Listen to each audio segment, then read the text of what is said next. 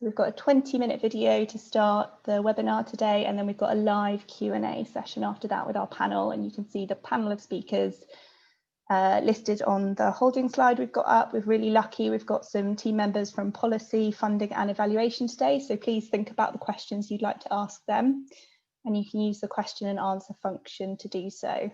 Please use the chat function for any technical issues or queries.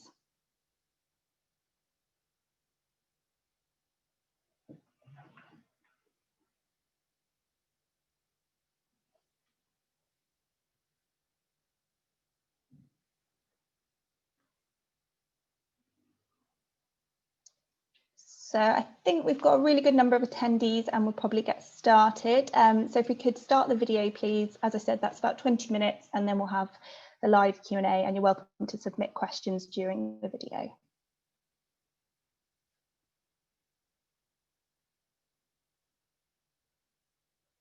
Hello, my name is Susie Allenson and I'm a Senior Officer in the Equality, Diversity and Inclusion team at the Office for Students.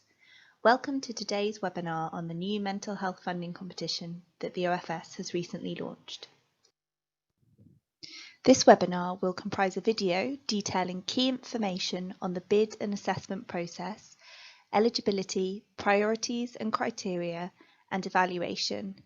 Following this, we will then have a live Q&A session with presenters representing our mental health policy work, funding and evaluation teams. You can submit your questions throughout the recording using the question and answer function rather than the chat function. We can't guarantee that all questions will be answered, but we will aim to pick these up separately if we don't have time to get to them during the webinar.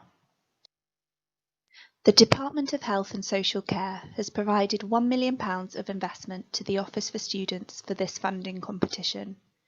The competition was initially launched on the 5th of March 2020, but was paused due to the coronavirus pandemic and was relaunched on the 1st of October 2020.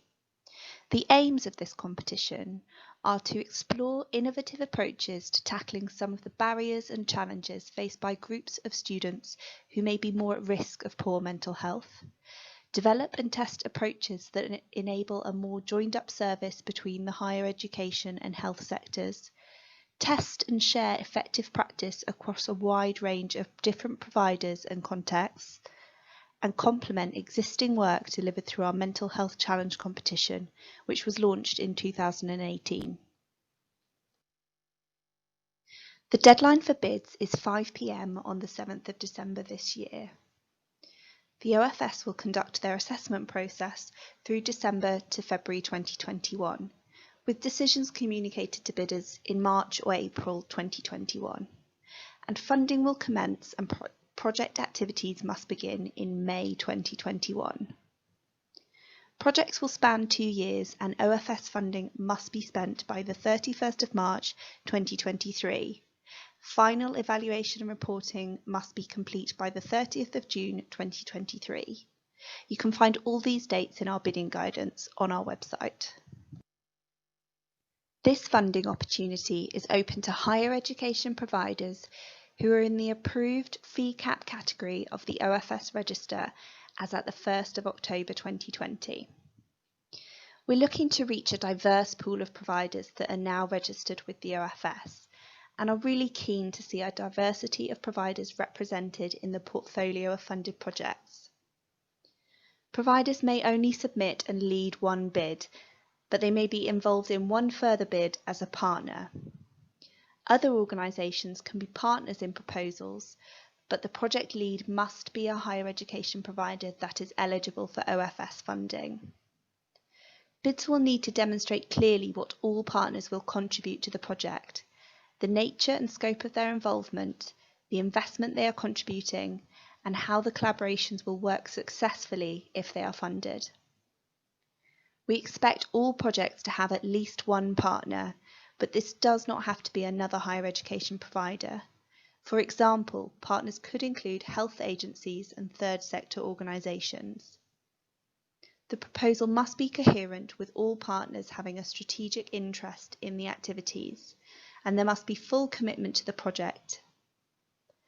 You can bid for between £70,000 and £200,000, and you will need to provide appropriate co-investment into the project, along with your partners. With these parameters, we're able to fund between 5 and 14 projects, so please think carefully about your bid. Providers should only bid if they consider that they have a credible and viable proposition, which very clearly meets the aims and objectives of this competition. Speculative bids should be avoided, given the constraints on funding and the limited number of proposals that can be supported. Potential bidders are welcome to contact us to discuss their bid, and they should email us in the first instance to arrange a call. It may be beneficial to partner with other providers in order to submit a larger bid, and we encourage you to consider how you can collaborate effectively to add further value to your bid. You must bid using the template that can be found on the website, along with the bidding guidance. All bids must deliver activities that address one of the following priorities: particular groups of students with characteristics identified as increasing the risk of poor mental health, and groups of students who might experience barriers to accessing support due to their course, mode of study, or other characteristics. In our bidding guidance, we discuss some of the data available and give examples of groups that might fit this criteria, but do not go into detail about all the groups of students that these priorities could cover. You can choose other groups of students as long as these are evidenced. Bids should be focused in their approach, and we do not expect them to cover all groups of students within a priority area. We want to see evidence-based, innovative bids focused on a particular group of students. One of the groups we've identified in our bidding guidance is Black full-time students with a declared mental health condition. In November 2019, we released an insight brief that showed that they have some of the lowest continuation and attainment rates. Over the period 2012 to 13 to 2016 to 17, the lower continuation rates for full-time students who reported a mental health condition improved among all ethnic groups apart from Black students, for whom the gap increased.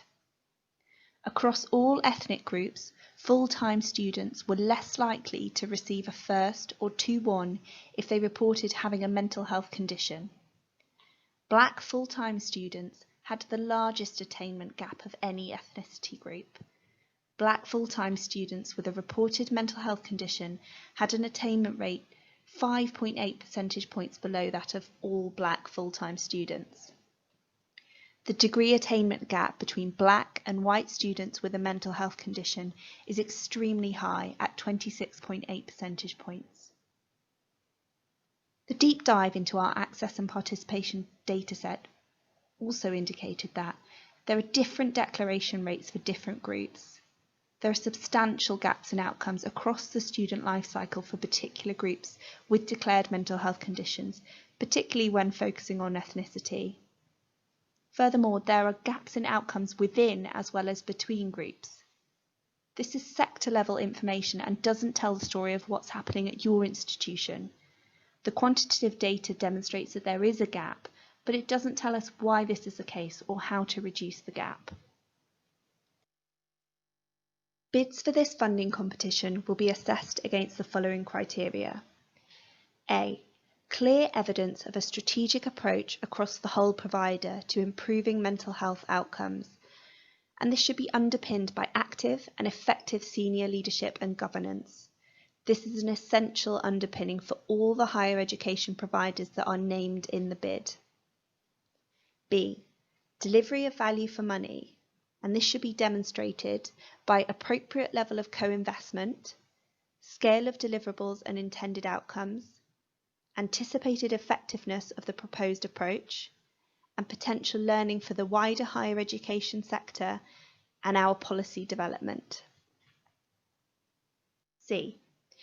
Demonstration of strategic collaborative partnerships, for example between higher education providers, other education providers such as schools and colleges, health agencies, third sector organisations and other stakeholders that play an important role in improving mental health.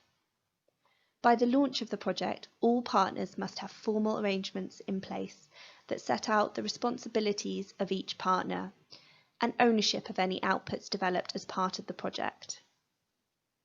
D. Development and testing of new and innovative approaches. The ambition should be underpinned by appropriate risk management and must be delivered within the programme timeframe. E. The extent of inclusive student engagement in genuine co-production of initiatives. We would expect projects to involve students throughout the entirety of the project, including the bid, design, implementation, and evaluation phases. You should consider how students from your target groups can be engaged throughout the entirety of the project, and we'd expect you to think about how this might be conducted remotely and effectively if necessary. You will need to demonstrate how you plan to engage these groups of students, who may be hard to reach in some cases, and also consider burden on students. F.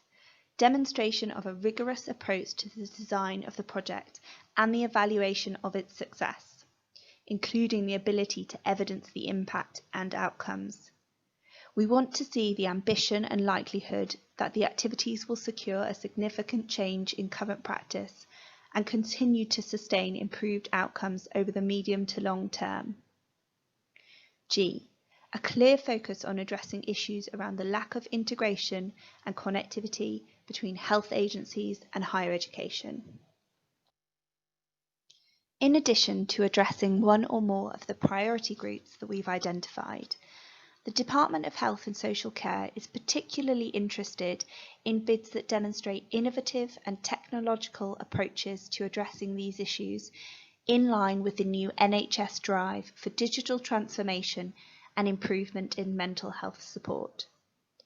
An important part of the NHS England long-term plan is a focus on digital solutions, technology and innovation in the health sector, and indeed, we've seen this as part of the sector response to the pandemic, a swift move to online learning and remote support. As part of their bids, projects should consider, if appropriate, how they can use technology or digital approaches in the context of human-supported delivery to target mental health support for students. All projects that incorporate technology or data as part of their bid must demonstrate a commitment to building in information sharing from the outset, excellent user-centered design and experience, compliance with data protection regulation, and consideration of the evidence standards framework for digital health technologies and code of conduct for data-driven health and care technology. As I mentioned earlier, this new funding programme complements the work of our existing Mental Health Challenge competition. This programme brings together 10 projects involving 25 higher education providers and over 35 external partners, including healthcare providers, local services and mental health organisations.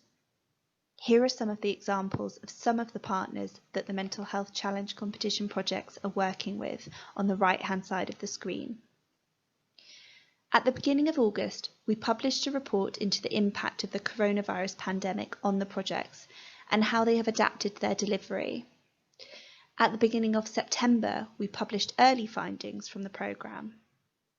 We'd encourage you to read both of these reports, which are available on our website in more detail to support you in the design of your bid.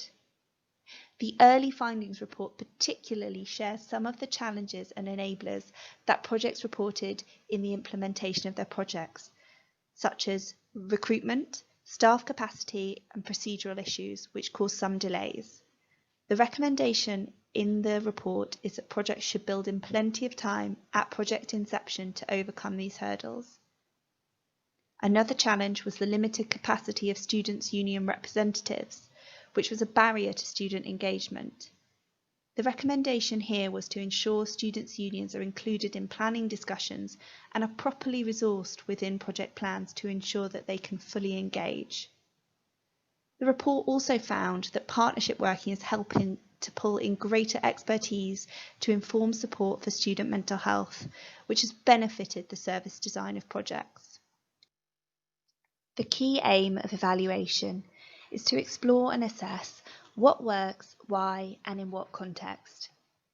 Evaluation is crucial for an evidence-led, strategic approach and fundamental to understanding the impact of your activities on outcomes for students.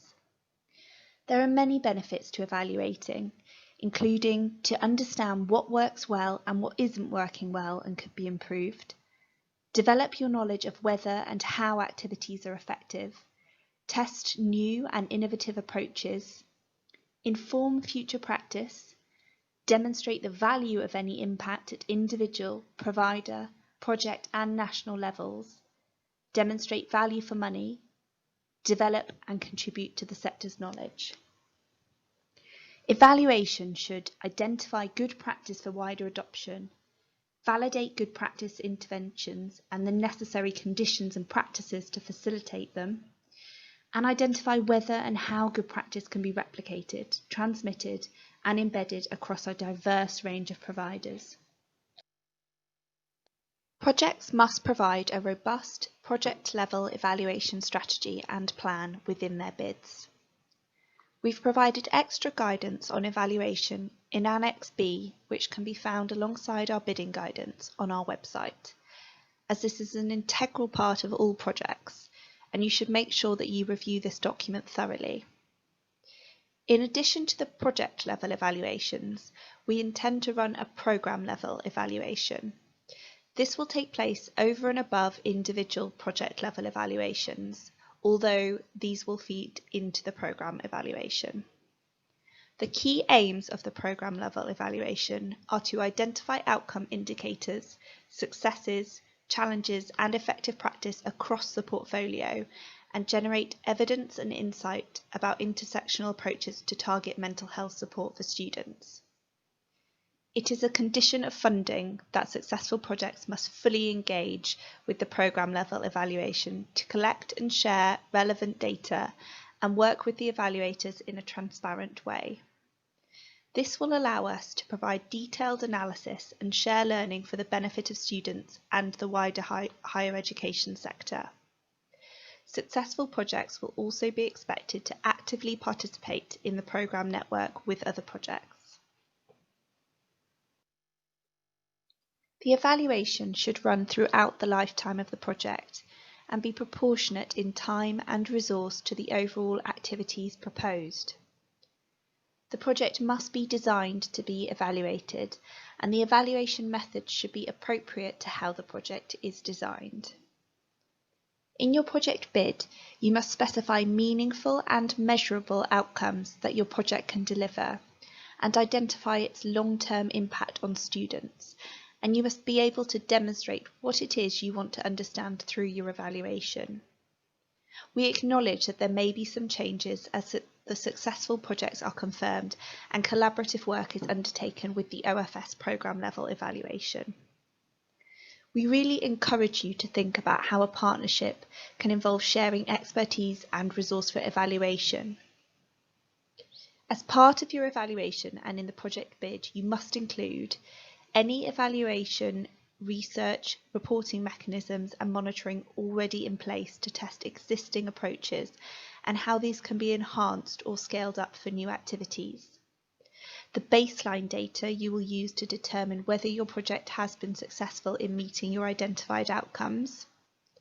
Appropriate methodologies you will use to carry out your evaluation. The mechanisms you have in place to learn from your evaluation, and how you will share evidence generated through your project.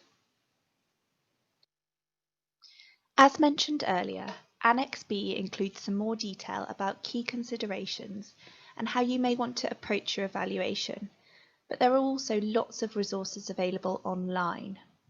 For example, the Better Evaluation website sets out different methods and approaches that can enable you to gain insights into how your interventions are working and the impact they are having. A simple way of setting out your outcomes and understanding the progress of their delivery is through a logic model or theory of change. The principle of this is to understand what change you are seeking to achieve and the steps you will take to deliver and measure this change. There are 5 key components: inputs, the resources required for the intervention. Activities, what you will do to deliver the intervention. Outputs, what is delivered or produced through the intervention. Outcomes, the results of the intervention, and these are likely to be in the short or medium term. And impacts, which are the longer term results. The MPC website includes a guide on creating a theory of change, which is broken down into 10 steps. Effective evaluation strategy development is important for all work in understanding and delivering change, and particularly for these projects, given the complex subject matter. We will now move on to the live Q&A section of this webinar. If you haven't already submitted your questions, please feel free to do so via the question and answer function. These should be general questions regarding the competition, but for any specific questions about your potential bid, you can email us at mhfundingcomp@officeforstudents.org.uk. We'll try to answer as many questions as we can within the session, and for any that we don't get to, we'll address with an FAQ on the page, or we may contact you directly for specific questions. Please note that you won't be able to see typed answers to your questions, as these will be addressed verbally.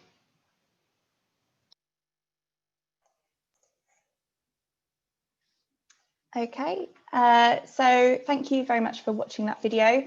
We hope that you found that helpful and it maybe sparked a few questions for you and maybe even answered a few that you have already.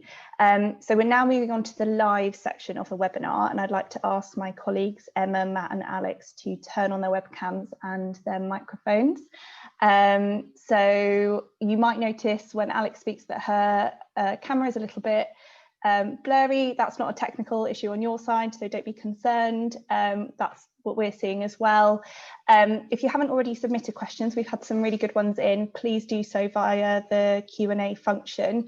As I said, we'll get through as many as we can, and any that we can't, please be assured that we will follow up with you afterwards, either via an FAQ on the website, or we'll contact you directly if it looks like it's a really specific question that we need to have a chat with you about more personally. So moving on to the first question, if everyone's ready. We've had quite a few questions about co-investment, so we'll probably come to you first on that, Matt, but please do feed in other colleagues if you'd like to. So someone's asked, is it mandatory that this is a money investment, or can the investment be in other forms? For example, resources from the provider, work hours invested, or other forms of value investment? And also kind of a linked question, what do you class as appropriate co-investment? So are you looking for a particular percentage? Thanks, Susie. Hi, everybody. Thanks for joining us this afternoon. Yeah, so those are really good questions. I thought that we could ask about the co-investment. We've been deliberately vague using the word appropriate there, because our funding range, as you see, is quite broad. Also, each of the projects and bids will have a different cost base, so it's up to you in your bid to make the case as to why the level of investment is as it is, given that you'll be sort of working with a whole different range of partners. Different providers will also be able to put in different amounts, some higher and some lower too. So as long as the cost base is clear to us in each bid, that should be fine, if that's helpful. Co-investment can also be in kind. It does not have to be cash, so could be in kind, work hours, staff time, resources as well. I'll pause there. Has that answered those, Susie? That's great, thanks, Matt. So somebody's asked about providers in the approved category. Are they able to be partners? So saying they know that they can be a lead partner, but can they be a partner and not the lead partner? And is there a limit to the number of projects they can be partners in?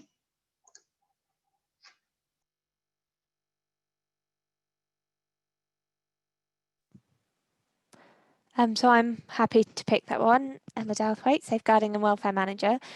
So yes, providers in the approved category can definitely be a partner in these bids. Like we say, the lead provider would need to be in the approved fee cap category. In terms of maximum numbers of bids, so we've said that providers or organisations should be only a lead provider once and involved in one other bid.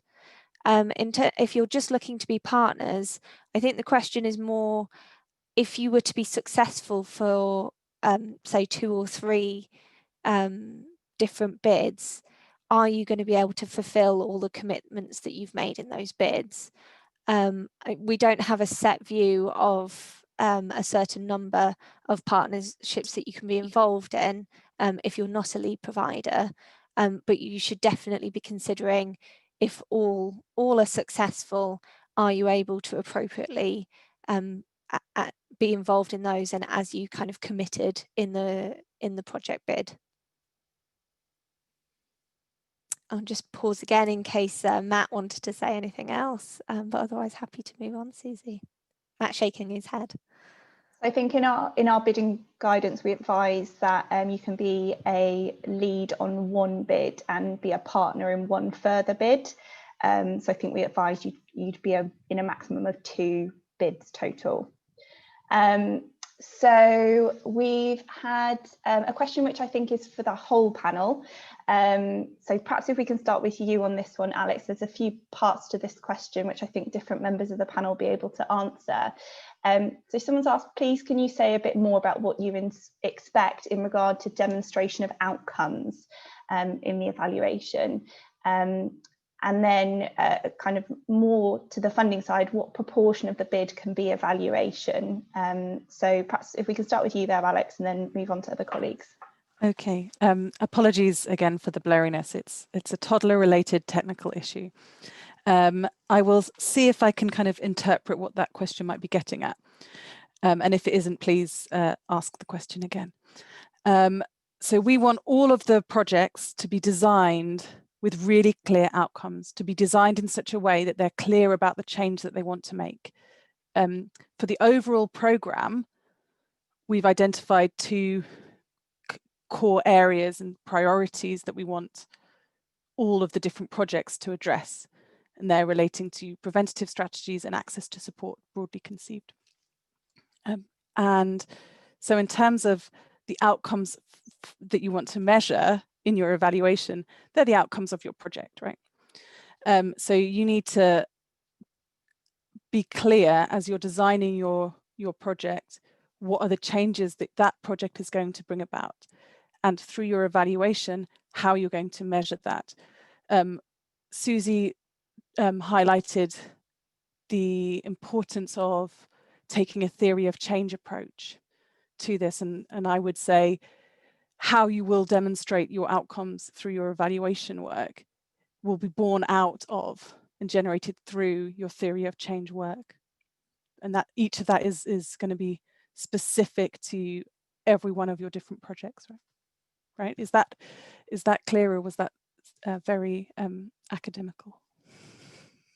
I thought that was really clear, Alex. I suppose just to say as well that as Susie's talked about with the theory of change, there's also impact as well. So considering outcomes and impact.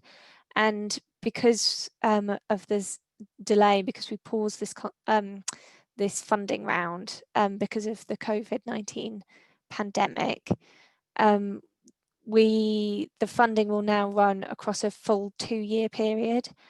So we're expecting funding to begin in May 2021, and for projects, well, for our funding to be spent by March 2023, with final evaluation reports due in the summer of 2023.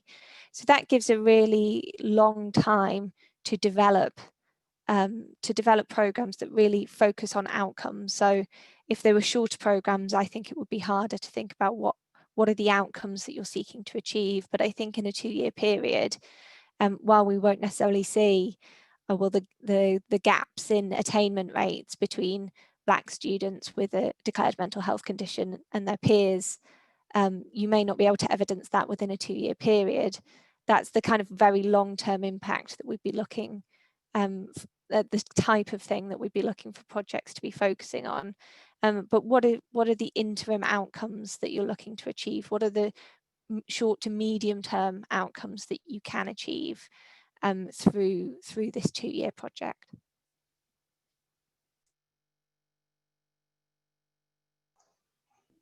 Thanks, Emma. And then perhaps Matt, if you can talk, or Emma, a little bit about the kind of proportion of the bid that evaluation should be. And I suppose people are thinking about how much of the funding they're bidding for, or the in-kind contribution, should they be spending on evaluation proportionately?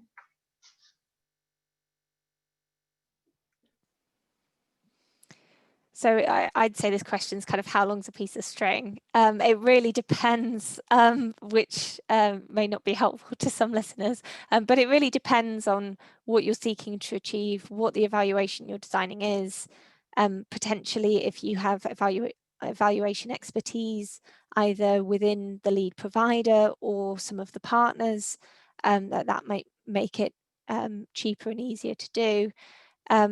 I know on access and participation work, we talked, kind of a 10% is a good idea when thinking about any project. But that's really not, that's very much a ballpark idea and isn't something that we kind of would be expecting. The important thing is to be really clear about what your evaluation is, how it is proportionate, and how you expect it to be effective. Emma, can I just jump in there quickly? Of course you can. It's exactly like, in the same way that your evaluation should be intimately tied up with your project, so too that investment. And once you are clear about what it is that you want to understand through your evaluation, then you can make sure that you've got your evaluation methods that can help you answer those questions and make those claims that you want to make and need to make. I would draw your attention to the evaluation report published a few weeks or months ago from the phase 1, because they really highlight some of the challenges at the project level, and those challenges include challenges of resource. And I think I would recommend all of you to really be mindful of the recommendations from that when you're planning your project and also your evaluation. I mean, I would just say that we're looking for meaningful work. So probably, sort of a good rule of thumb is maybe 5% of, sort of the total cost of the project. But then, as my colleagues have said, sort of each provider will have different capacity, different expertise, experiences. So, that's I shouldn't take that as sort of as absolute gospel that that's sort of what we're looking for. Sort of in your bids, again, as long as you make the case for what the costs are, what you're doing in terms of evaluation, and the sort of difference it will make and the impact that it will help us see on your activities. That's the key thing, rather than getting too sort of hung up on the cash involved, if that's helpful.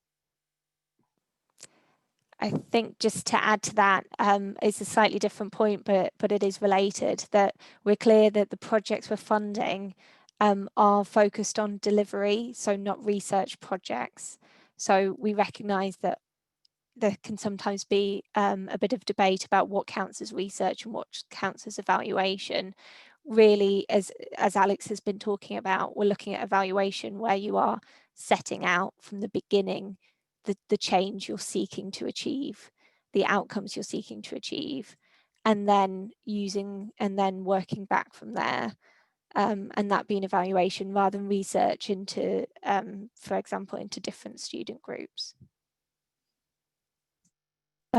Just coming in from all of that, I would like to draw your attention to the Centre for Transforming Access and Student Outcomes, known as TASO, that is setting itself up as a What Works Centre for access and student success, access and participation, evaluation and evidence. And they also have a lot of resources and guidance about what robust and rigorous evaluation looks like. And I'm sure that Susie will, or whoever is signposting the links to this webinar, can send you a link to their website, because they have really useful resources, while not directly related to the mental health space at the moment. The NHS evaluation tool guidance also exists, so you do not need to reinvent the wheel on this space. You can draw on the fantastic wealth of expertise and resources that exist in evaluation to help you do this right, I would say. Thanks very much for that, everyone. That was really helpful and hopefully answered quite a few evaluation questions. We've had someone ask, as well as the link for TASO, Alex, which I will post in the chat, for the phase 1 report. So that's one of the links that we posted earlier, but I'll post that again now so that you can access those, and they are really, really valuable, and also probably give a good insight into some of the ways that the projects have been working with the programme level evaluators, which I think is helpful. We've had a few questions where people have asked how they'd be interacting with the programme level evaluators, what sort of time this might take, and also can they include costs for this, for working with the programme evaluators in their budget. So probably a bit of a question there for Matt in terms of budget, and then maybe can have a bit of a steer on how projects might be working with the programme level evaluators.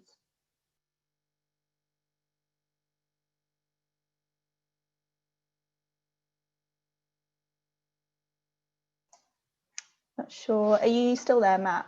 Or are you on mute? I am still here. I was waiting great. for Alex to maybe tackle the first bit. Okay, no problem. On the funding side, just remind me what the question was, Susie, if you don't mind. Yeah, no problem. So the question is, can they include costs for being involved in the programme evaluation in their budgets? I'm not going to answer that right now. I think I will talk to colleagues and then we'll come back on that one. It's a very good question, but I shall give it some thought before I commit myself today. So we'll come back to you ASAP on that one. That's a great question. Thank you. I think what's useful to think about there as well, and I can give it a bit of flavour on what the programme level evaluation might look like. Again, we haven't got that all firmed up yet, because it's a little bit chicken and egg, where it really depends on what the projects are for exactly how the programme level evaluation will work. But I'm sure colleagues, so we have also run a network for our mental health challenge competition, which is the £6 million funding of projects that were launched in June 2019. So there's 10 projects there, and they all run as a network. And in terms of costs, I mean, I kind of think of it as an investment. It's not just about what information you're providing to the programme level evaluation.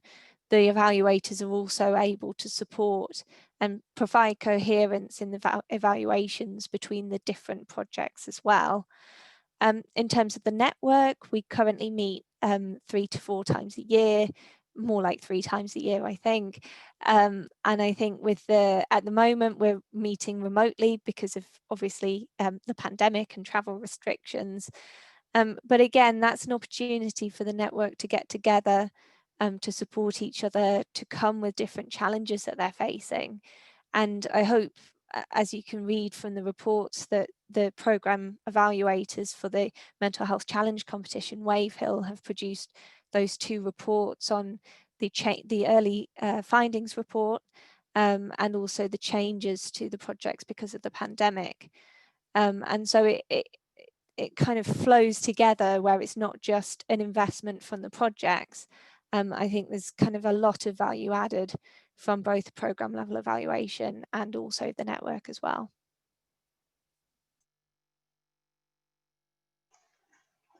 Thanks for that, Emma. And we've had a question about whether potential bidders can see the evaluation framework for the existing programme level evaluation. And I think what we'd steer people to do there is to look at those reports that we've published, and I've just posted the links again, because you can see some of the evaluation objectives in there, and I think that will be helpful. I don't think we're planning to publish the evaluation framework itself, but that's the published information. And as we mentioned in the presentation, as successful projects are appointed, we'd look for them to work closely with the evaluators, and we do understand that there might be some changes there. So going to move on to a couple of quick questions. Can institutions who are currently running an OFS funded mental health project, so that's the phase 1 challenge competition, submit a new application for a new project under this funding stream? So I think that's probably for Matt there. I think we're saying yes to that, I think, aren't we? Very simply.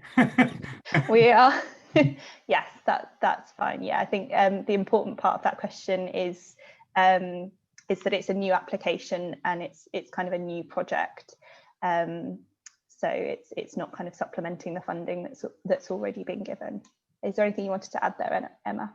I think that was a really good point, Susie, about the kind of added, and the two programmes do focus on different things. Obviously, they both focus on mental health, but we're really interested in seeing these targeted interventions at different student groups. So making sure that your bids do focus on those will be important. And I think it comes back to what we were saying about the number of bids that you're involved in this round of funding. If you are already involved in a funding competition, then as well, just considering that if you are successful in this, making sure that you're able to deliver what you've set out in both the first challenge competition and the bid in this funding competition, if you are successful and are running both simultaneously, because there will be an overlap in terms of timelines. For that. So moving on to some of the priority areas, because you mentioned those, Emma. Someone's asked if there's no collated national level data for a group of students. So I think this is the sort of target group of students that they're looking to address. Are university level data considered reasonable as part of a justification for focusing on this group of students? I think for different groups, there's really a mixed scene out there in terms of data. For some groups of students, we have quite robust sector level information, which can be drilled down to provider level. But for many other groups, there are gaps, and we may have, for example, the OFS has some experimental data, which you can find on the equality and diversity pages on our website. But as the question asker has pointed out, there's not always that data available. I'd say it's important to be really clear in your bid where your data source is coming from and what size population you're looking at. We did say in the guidance that we're happy to take other steer where institutions and bidders are able to evidence where there are gaps. So I'd say it's a question of finding robust information, being confident that that is actually a gap. You know, for example, obviously, if you're looking at very small student numbers, then is that going to be robust enough data for you to be able to focus a 2-year project on and really understand what the gaps are for those groups? So linked to this question, Emma, someone's asked, is there a minimum amount of students we need to target in the competition? So I think probably they're asking if it's quite a small target group, is that still relevant and applicable for funding? I'd say definitely. If you have a small group, because you've really drilled down, and we're also quite keen on the intersections of different characteristics. People might have seen our insight briefing that we published in November 2019, which really highlighted those intersections. And that's really what this funding program's focused on, is mental health and mental ill health with different characteristics. And if you are identifying a real gap for certain groups of students, then again, as long as you're looking to understand that and the data is there, or you're able to evidence why you think that warrants further work, further support systems, why those students would benefit from targeted and specific interventions, then yeah, very happy for those groups. In terms of minimum numbers of students, I'd say no as well, and I picked up on a couple of questions as well, talking about if it's quite a small institution is wanting to be the lead provider, is that going to be kind of worth it compared to maybe some larger institutions? And again, we're really keen. This is the first funding competition in mental health where we've been able to open this out to all providers on the approved fee cap category. So the first mental health challenge competition, because of the timings of it, were with hefty institutions. So we're really keen to see a diverse range of institutions involved in bids, either as lead providers or as partners. And so we'd really encourage you to not worry about the size of your institution, but really think about what innovative project can you develop that can really add value to the conversation in the sector. Thanks, Emma. And we have had a few questions from providers asking about whether they can lead a bid. So someone's asked, can an FE college on the register lead a bid, or do you envisage colleges in a more supporting partner role? And they've clarified, we are approved fee cap on the register, but I wonder if our cohort would be considered big enough to justify a lead role. So I think that really links to what you were saying before, and that we would encourage providers of all sizes to bid for this funding. So hopefully that answers your question there. So we've had someone ask for a bit more clarification on our point that we were discussing earlier about those who are in receipt of existing challenge competition funding, and why supplementing a funding to an existing bid would be an issue. So they've said, for example, we are focused on developing a whole university system for students at risk of mental health, which could include BAME students. A new bid could focus on intervention development, but use the same evaluation framework as for the wider population. So I think that's interesting, just unpicking what we were discussing earlier. So perhaps you could answer that question, Emma. Yeah, so I think there's a couple of elements to this, and probably taking even a step further back from that is worth reiterating that the funding we're providing here is for kind of innovative and developmental projects. They're not designed to backfill existing support really that institutions are providing or should be providing to their students anyway, through their duty of care and through their other legal requirements. So like I said, just to say that that is kind of above and beyond project funding. In terms of, we've had a couple of these questions come through on the inbox as well in recent weeks, thinking about that differentiation between building on existing work and doing new work. And for example, some questions have focused on, well, we already run this intervention for our whole student population. Could we not expand it and focus it particularly on these groups? And I think the focus is in here of understanding the barriers and challenges that these specific groups face, and thinking about why is it that these groups maybe aren't accessing support that's already there, or they're either choosing not to, or they're not able to. So I think as long as you're really clear in your bid how your project would add value to existing support and is suitably different from either work that you're doing at your institution anyway, like I say, is kind of business as usual, or through another OFS funded programme, as long as you're able to really clearly articulate that, then I think building on work that has gone before would be fine, as long as you can demonstrate the added value. I might pass on to Alex. And similarly, from an evaluation side, in the example from that question and in the example Emma cashed out a little further, the evaluation there might be designed in such a way that can draw out that added value. So what is that innovative intervention that you're doing within a whole system approach to enhancing mental health for your students doing? And that's what the evaluation would be doing. I think Matt is wanting to say something, so I'll pass over. Thanks, Alex. I mean, I thought the example in the sort of in the question was actually a very good one in terms of that's in place anyway, that sort of framework. So I would say that it's fine to use that, and also probably quite sensible to sort of use that. But as colleagues have said, what we don't want to see is just continuation funding. Sort of this has to be different. It can draw upon what you're currently doing and focus that down, or sort of all else sort of use sensible mechanisms which are in place rather than sort of inventing them.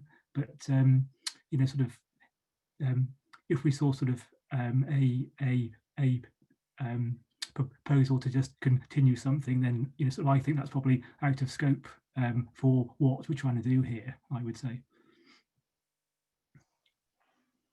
Thanks everyone for those clarifications. So we're coming towards the end now. So we've just got time for probably 2 brief questions. We've got quite a few more questions, and just to reassure everyone who's asked a question that hasn't been answered, we will pick those up and we'll either contact you directly if we feel that's appropriate, or we'll put something on our website and we'll let you know that's there. So they will all get answered, but we're just running out of time a little bit. So we've had a question: how do much smaller universities compete with the larger, well-resourced universities, which already have much more resources, for example, staff and finances? So we talked a bit about encouraging different sized institutions to apply, and so I think this person is saying, how can we compete with large universities? So I'm going to read this question as how do we compete in this bidding process rather than how do we compete in mental health support more widely. I'd say it's really tricky, because if you already have, as we've just talked about, if you already have something that's quite well established and demonstrably works, then it might be easier for you to understand how you might take your next steps on more targeted interventions. But I wouldn't say that's necessarily the case. And I think here partnership working can be really beneficial to everybody involved. As one of Susie's slides set out, on the mental health challenge competition, we have 10 projects, but I think it's over 60 partners in total, including the lead providers. And those partners are really from a range of different backgrounds, including the health service, including charities, including secondary education, other higher education providers as well. So I think thinking about, for your bid, for your proposal, what expertise do you need to tap into, and how can you get that, and how can you engage with others who might have that expertise, who can support you in that.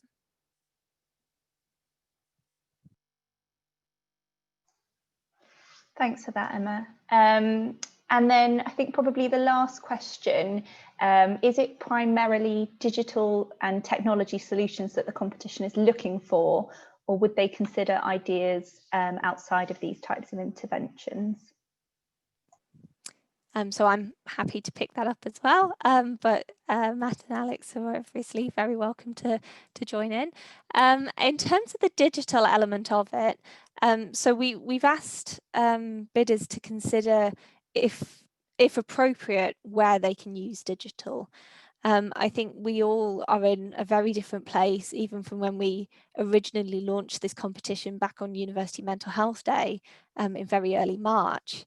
With the COVID pandemic, and what that has meant for delivery of teaching, of support services, of basically a lot of what institutions are delivering for their students. So I'd say the short answer is there doesn't have to be a digital element, and I think the most important thing is that we see high quality bids that meet the assessment criteria, and like I say, consider if appropriate where digital can support. I think just building on what we've already said about the programs, that there needs to be some kind of longevity there. They're 2-year programs, and we're looking to understand what works and how best to support these specific groups of students who are experiencing mental health challenges or mental ill health. So there may be learnings that bidders are able to take from their experiences of adapting their learning, teaching and support due to the pandemic. But again, we wouldn't be expecting to kind of backfill resource or programs that might have had to pivot or change because of the pandemic. Thanks, Emma, that's really helpful. So we're moving towards the end of the webinar now, so we'll finish questions there. And again, we will pick these up afterwards. Please just bear with us as we work through the many we've had some really good questions today, so thank you for those, but we will work through those and get responses to you as soon as we're able to. So just towards the end of the webinar, I mentioned that we'll be showing some slides with providers' names who've indicated that they're open to exploring partnerships. We're not able to share contact details for data protection reasons, but hopefully this can provide you with some ideas and facilitate some conversations if you're able to get in touch with some of these providers. So we'll show them for the last few minutes. So before we go, thank you to our panel, Emma, Alex and Matt, for your contributions, and thank you very much all for attending. We've had some really fantastic questions and we really appreciate your time. Hopefully you found this helpful and informative. And please fill in the feedback survey that we'll be sending you after this. It's really helpful to us to learn how we can continue to provide events and helpful for us to move forward with high quality events. So on behalf of myself and the panel, thank you very much. Take care and have a good week. And we'll move on to the next few slides now.